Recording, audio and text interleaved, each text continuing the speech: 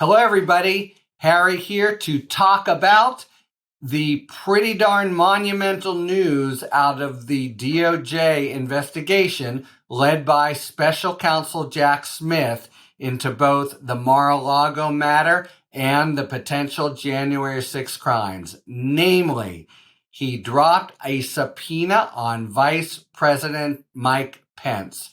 Lots of things to unpack here. All right, first, we learn that Pence and his team were negotiating to avoid just this result for a period of months.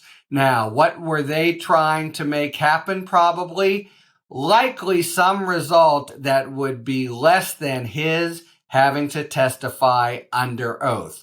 Sometimes witnesses in this position try to limit the subject matter, but I think with Pence, he was actually proffering the dignity of the office of vice president to make this be a voluntary interview. Jack Smith said, And after these months went by, he basically said, screw it, here's the subpoena, see you in the grand jury or possibly in court.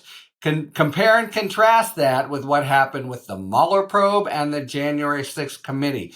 Mueller at one point broaches the possibility to Trump's lawyers of subpoenaing Trump, but he shies away big time and never does it. The January 6th committee is interested, and Pence just thumbs his nose at them, saying he will not comply. Of course, there's no real legal basis not to, but the way that the Trump administration and Trump buddies have completely thumbed their nose at the authority of Congress meant that he probably could have gotten away with it, especially in the limited time. This, I don't think so. So, what are his options?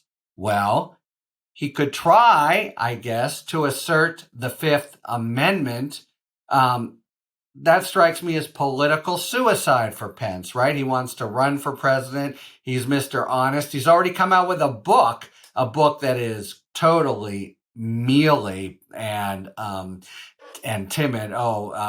Trump, who tried to have him killed and never called him January 6th, was acting recklessly. That's the message of the book. But, now for him to say he can't talk about it, he's got a waiver problem, but he's got bigger problems than that.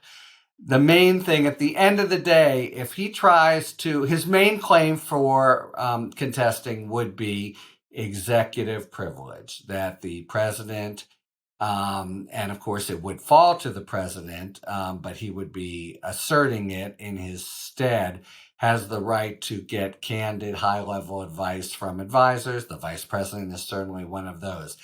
However, we know that even presidents have to give way when it's a matter of concrete proof that a grand jury needs for a criminal investigation. How do we know that? United States versus Richard Nixon in 74 or whatever. That's got to apply here, it seems to me, assuming, as I think we can, that Smith has framed the subpoena carefully and is looking for information that he can't otherwise get. And it's got to be the case, right? Pence's counsel and chief of staff have already testified. And I think if Smith is going after the subpoena of Pence, you can be sure it's material that he really needs from Pence, can't get elsewhere, and that's a big part of the showing that he would need to make if Pence tries to resist. But will Pence try to resist? Everyone assumes so. The New York Times says this sets up a Donnybrook of an executive privilege battle. But let's think about it for a moment. I'm not saying he's not going to. That might be the normal step that he would take, and he wants to show that he's resisting hurting Trump in any way. However, this is a guy who wants to announce his candidacy for president. He's fixing to do it. If he instead now brings a challenge to this whole subpoena and tries to litigate in the courts, we're talking 4 months, 8 months, a year, maybe even a year if it goes to the Supreme Court, or let's say a year. during all that year, this is the main thing that hovers over Pence. He can't break free to really announce his candidacy. And at the end of the day, if his lawyers have advised him prudently and accurately, they've told him he's gonna lose. So he fights this for up to a year. He loses, making himself look like he was, pushing against the law.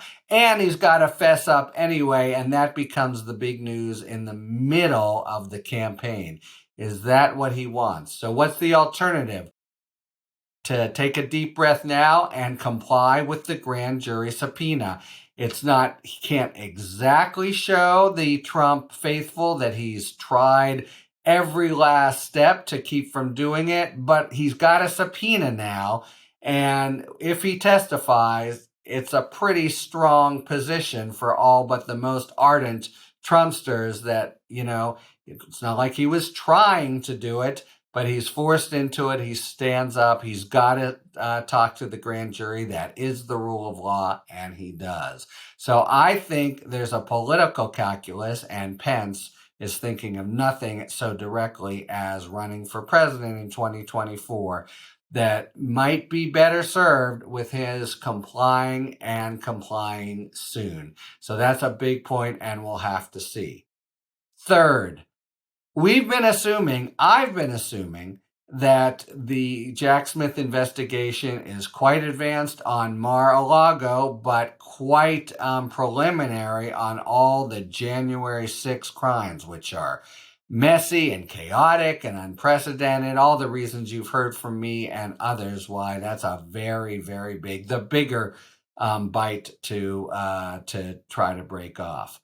This suggests otherwise. I don't want to be cocky or overly confident about saying this, but as a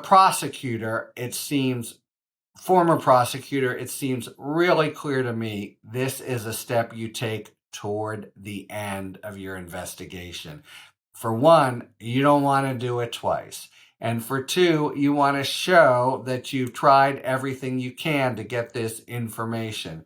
So, not to say it's the very last step, and remember, Smith has yet to secure a cooperating witness, which is a big deal. But it does suggest that he is far forward of where we believed he might have been on the January 6 cases. So that's something to really follow. Finally, the testimony itself.